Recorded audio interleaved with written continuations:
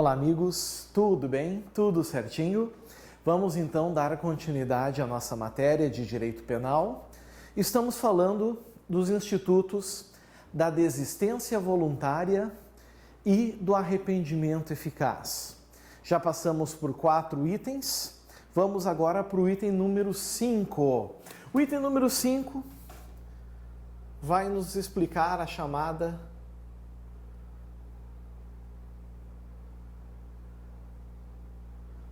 natureza jurídica. Natureza jurídica. O que a gente quer saber, pessoal, aqui? A gente quer saber o que a desistência voluntária e o arrependimento eficaz acarretam. É isso que a gente quer saber. O que eles acarretam?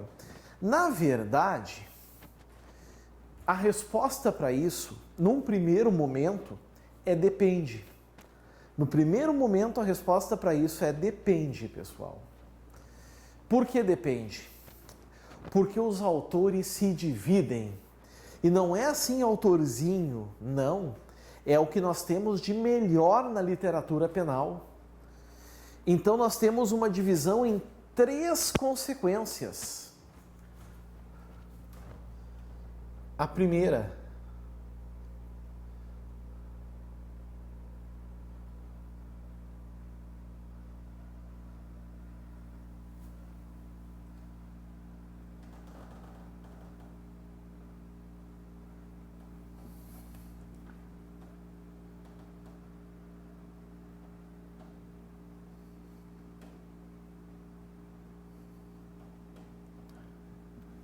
causa pessoal de extinção da punibilidade. Segunda,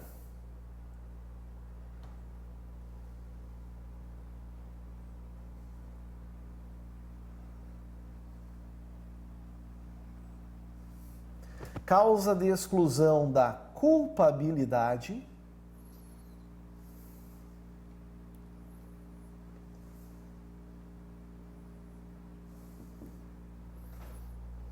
E C, terceira,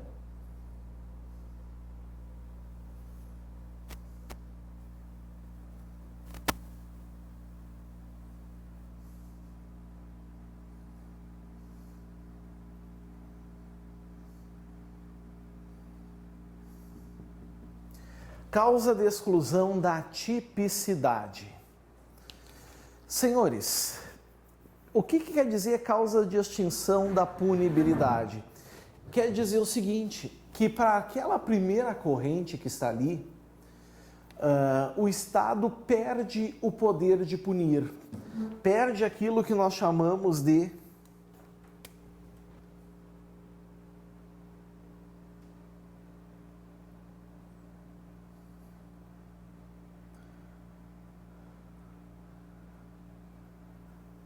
ius puniendi.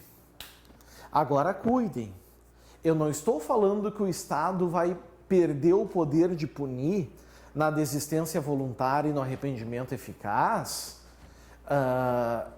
de forma absoluta. Ele perde o ius puniendi do crime original.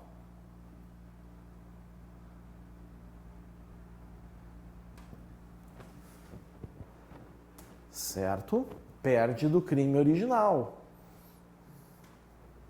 Essa corrente, ela é defendida por 2 autores que eu adoro demais. Ela é defendida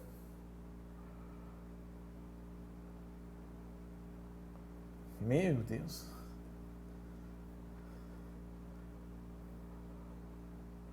Nelson Hungria e Eugênio Raul Zaffaroni.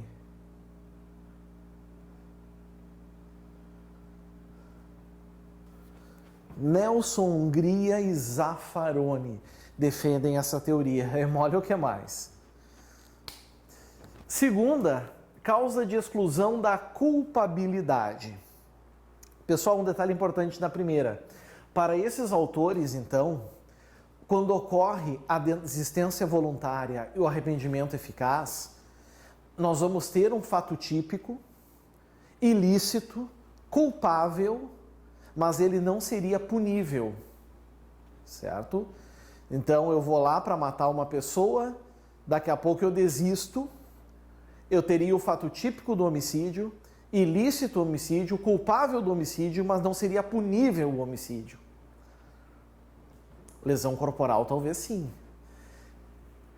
Aqui nós vamos ter então uma causa de exclusão da culpabilidade, ou seja, afasta-se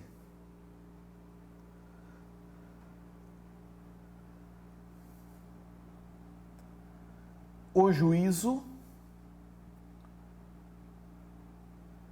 de reprovabilidade.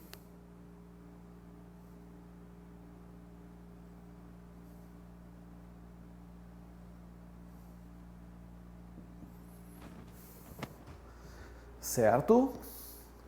E aí sim, aqui nós temos um outro defensor, aquele que é um dos grandes mestres desculpem, da teoria da imputação objetiva, nosso grande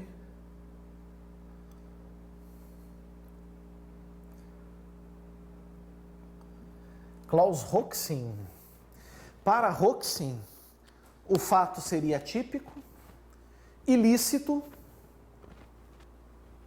mas não seria crime porque faltaria culpabilidade. De qualquer forma,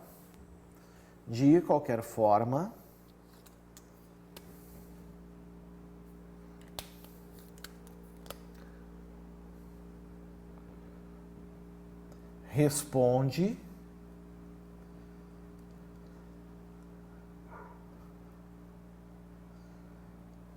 pelo crime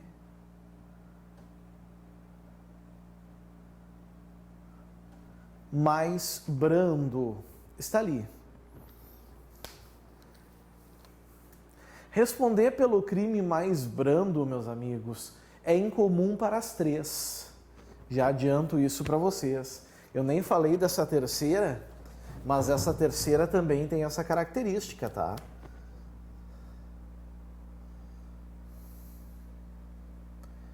Responde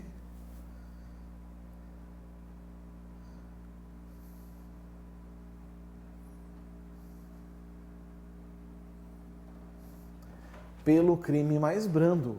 Está ali?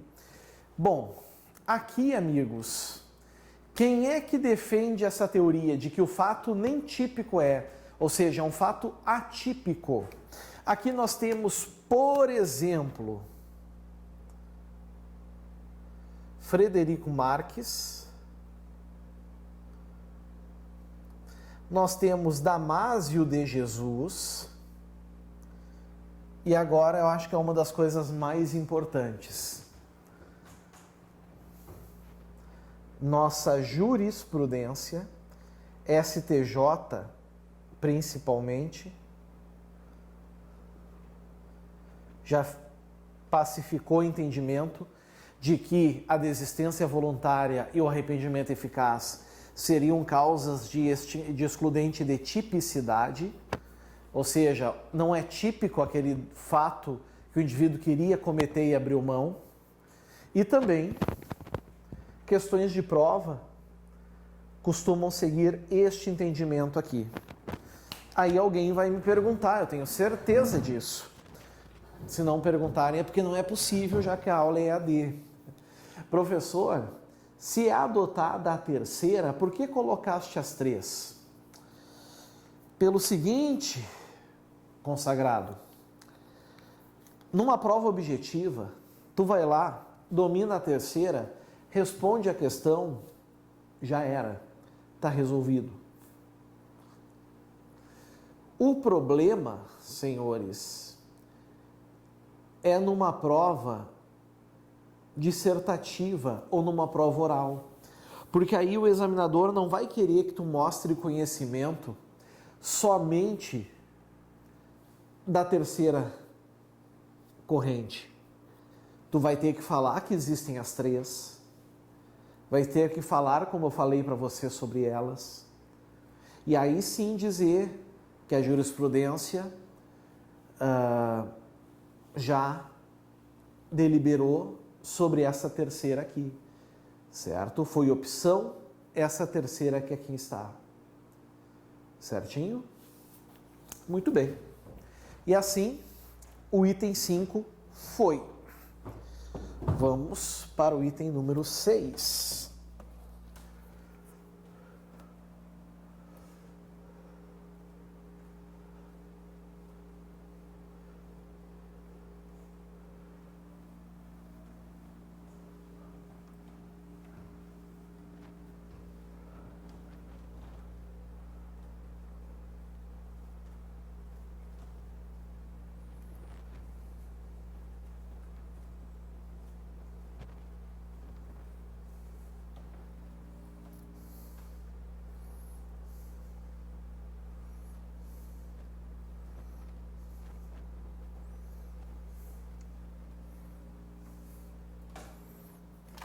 Número 6.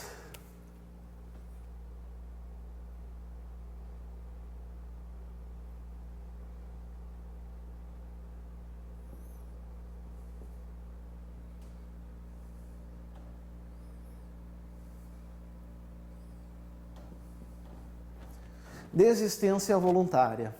Alguém vai perguntar assim, professor, enlouqueceu? Tu não estava falando disso desde a aula anterior? Pois é. Na verdade, pessoal, eu estava assim.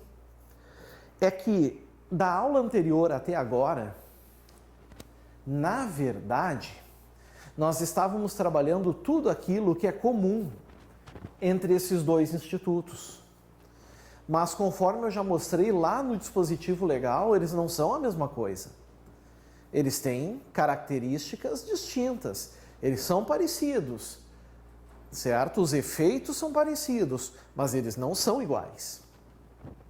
Então agora nós vamos analisar eles isoladamente. Tudo que a gente viu até aqui era incomum, agora vamos ver de forma isolada, certo? Bom, a desistência voluntária, ela se encontra no artigo 15,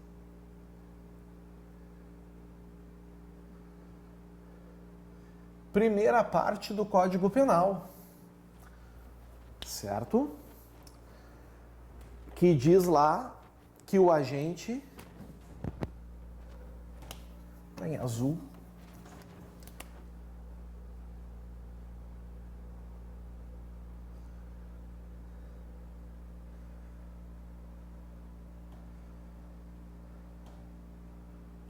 voluntariamente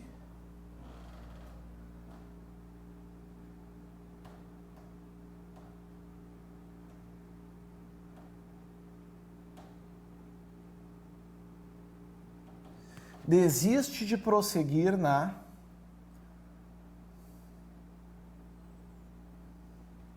execução. Está aqui. O agente voluntariamente desiste de prosseguir na execução. Primeira coisa, pessoal, vejam que ele desiste de prosseguir no quê? Na execução. Então vejam que a desistência voluntária, ela guarda uma correspondência com a tentativa. Ou seja, tanto a tentativa quanto a desistência voluntária e, claro, o arrependimento eficaz, eles exigem o início da execução. Ato preparatório de regra, esquece, certo? Importante a gente ter isso em mente, então. Outra coisa, pessoal, também tem em comum, certo? Tem em comum, ela é, como é que eu posso dizer, ela guarda semelhança, vamos botar assim, se assemelha com a tentativa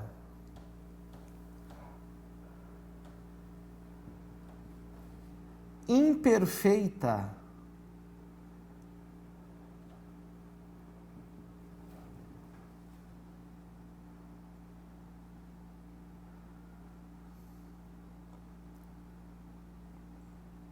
ou inacabada. Tentativa imperfeita ou inacabada. Por quê? Porque nos dois casos, tanto a desistência voluntária como a tentativa imperfeita ou inacabada, vamos botar assim, ó. TI, tentativa imperfeita. DV, desistência voluntária. Nos dois, o agente não esgota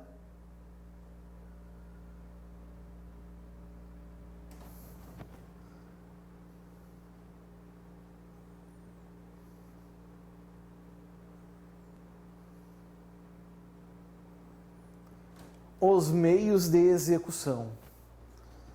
O agente não esgota os meios de execução. Ele ainda tinha meios para executar, mas ele não executa. Então, qual é a diferença entre os dois? A diferença, amigos, está nas circunstâncias. A tentativa, a circunstância é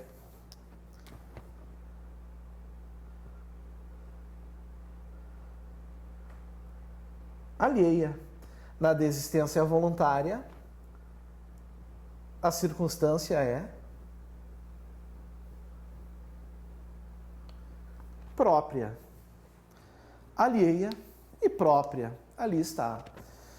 E aí, amigos, existe um macete para que a gente nunca erre isso.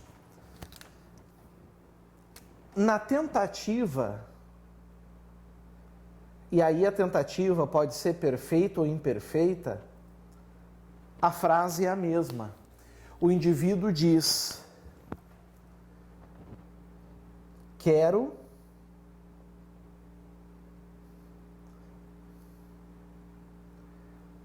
mas não posso. Na desistência voluntária,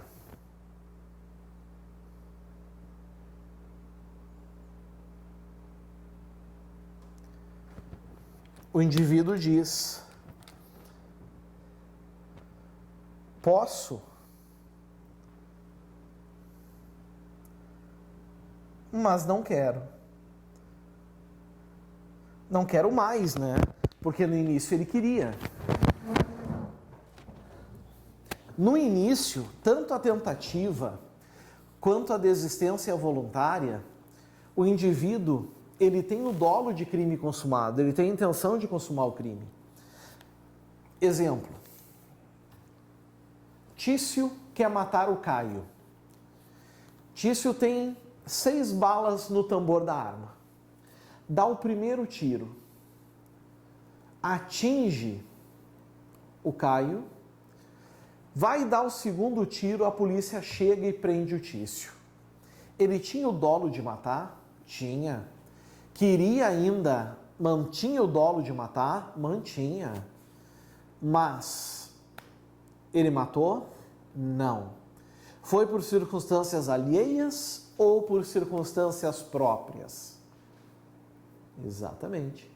Foi por circunstâncias alheias.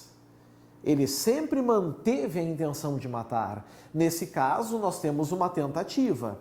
Tentativa imperfeita. E por que imperfeita, pessoal? É imperfeita porque ele não esgotou os meios de execução. Perceberam? Ele não esgotou. A pena dele o crime dele vai ser tentativa de homicídio e a pena reduzida de 1 a 2/3. Agora, o Tício quer matar o Caio. Tem 6 armas no tambor. Efetua o disparo. Caio tomba com o disparo. Tício vê que Caio não vai morrer. Ainda tem balas no revólver. Olha para o Caio e diz: não, eu acho que tá bom. Tu vai ficar vivo para contar a história. Vira as costas e vai embora. Vejam, o Tício deu início à execução do homicídio. Consumou o homicídio? Não. mas não foi por circunstâncias alheias, foi por circunstâncias próprias. Se o Tício quisesse, ele tinha concluído, ele podia, mas ele não quis. Se deram conta? Viu como ficou fácil agora a diferença entre a tentativa, nesse caso, a tentativa inacabada, imperfeita, com a desistência voluntária? Tem correspondência, mas elas não se confundem. Na tentativa, quero, mas não posso. Na desistência, posso, mas não quero.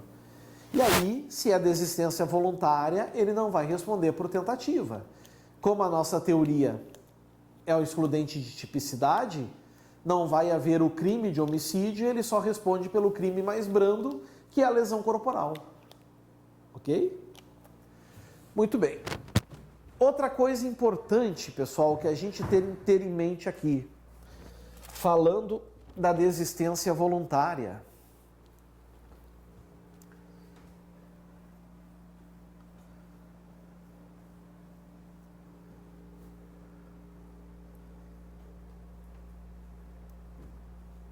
Isso que eu vou botar no quadro pode cair em prova de forma teórica, mas também pode servir como um exercício mental para vocês.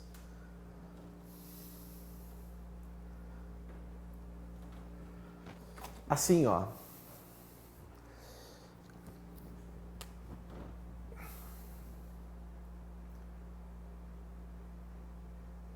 Conduta negativa.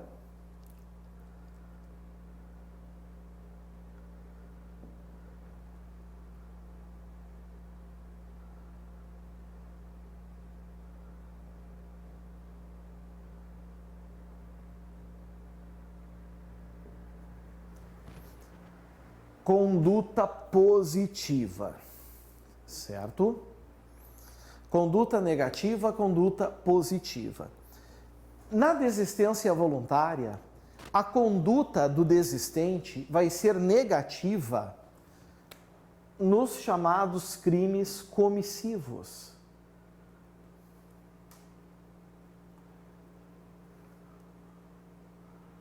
Ou seja, aqueles crimes, senhores, que se originam de um fazer. Então, por exemplo, o Tício quer matar o Caio. O Tício dá um tiro no Caio. O Caio tomba. Tício então olha para o Caio e diz, não, deixa assim. O Tício simplesmente vira as costas e vai embora. Ou seja, ele não faz nada. Sua conduta é negativa. O Tício quer furtar o som do carro. Vai até o veículo, quebra o vidro do carro. Quando vai tirar o aparelho, pensa, para que eu vou fazer isso? Eu tenho coisa melhor para fazer. Vira as costas e vai embora. Nesse caso, ele só vai responder pelo crime de dano, que é o do vidro do carro. Conduta mais branda, certo? Agora, a conduta positiva vai se dar, em regra, quando se tratar, por exemplo, de crimes omissivos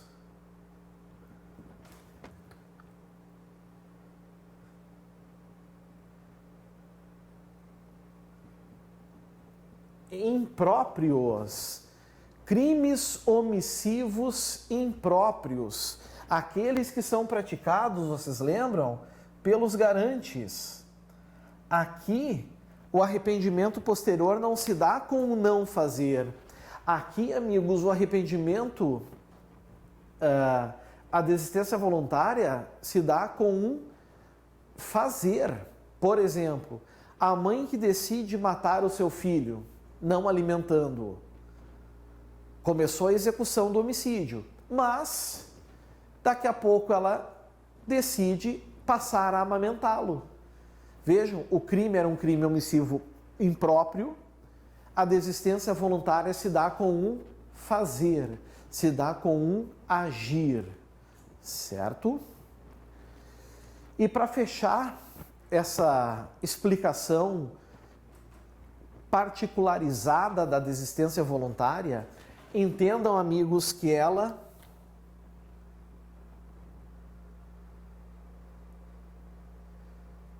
não é admitida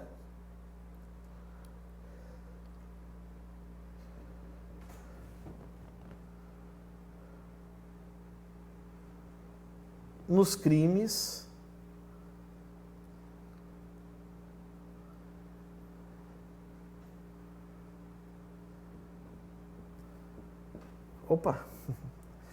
não é admitida nos crimes unissubsistentes. O que isso quer dizer?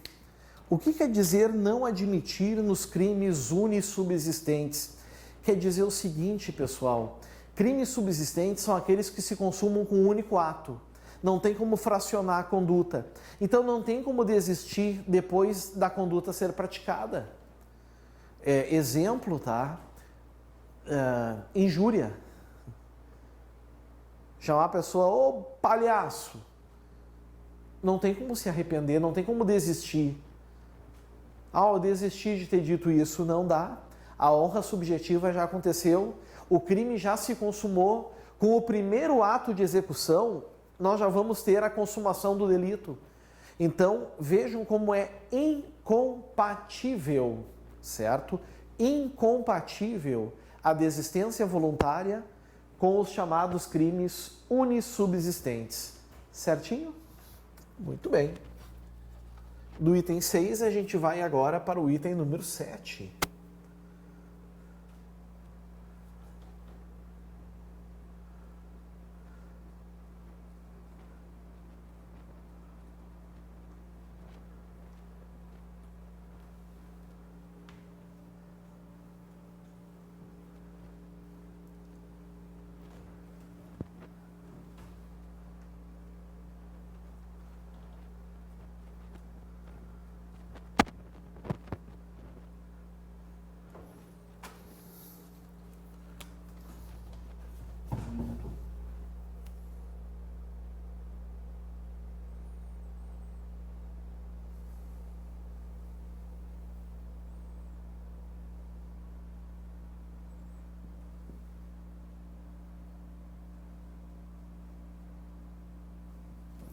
Muito bem.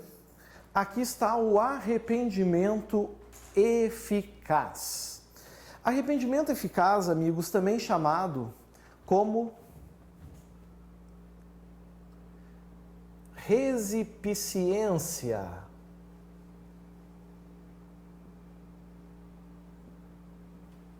Resipiciência. Bom, onde é que nós encontramos o arrependimento eficaz? A gente encontra ele no artigo 15, segunda parte do Código Penal. Ou seja,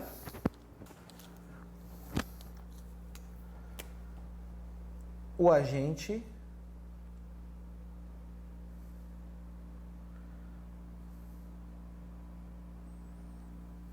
impede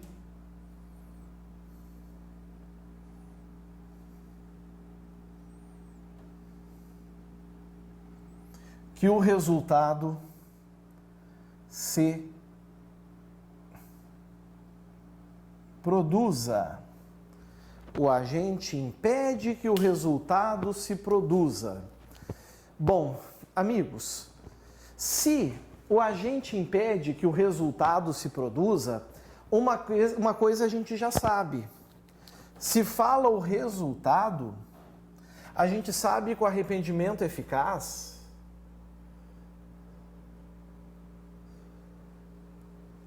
somente é compatível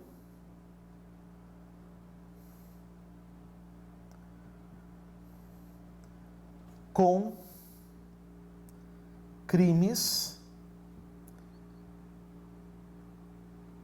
materiais. Porque toda vez que a lei fala em resultado, nós estamos falando de resultado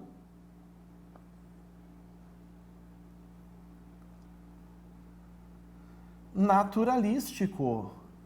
Ou seja, que é quando ocorre uma modificação no mundo exterior. Então não tem como ter arrependimento eficaz em crimes formais ou de mera conduta, porque esses crimes, na verdade, eles se consumam já com a própria conduta do agente, a consumação é antecipada.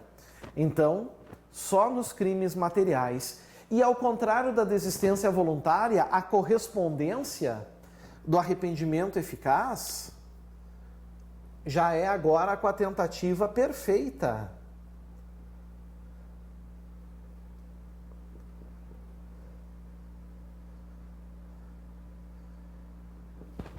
Porque o que os dois têm em comum? Nos dois casos, o agente esgota os meios de execução.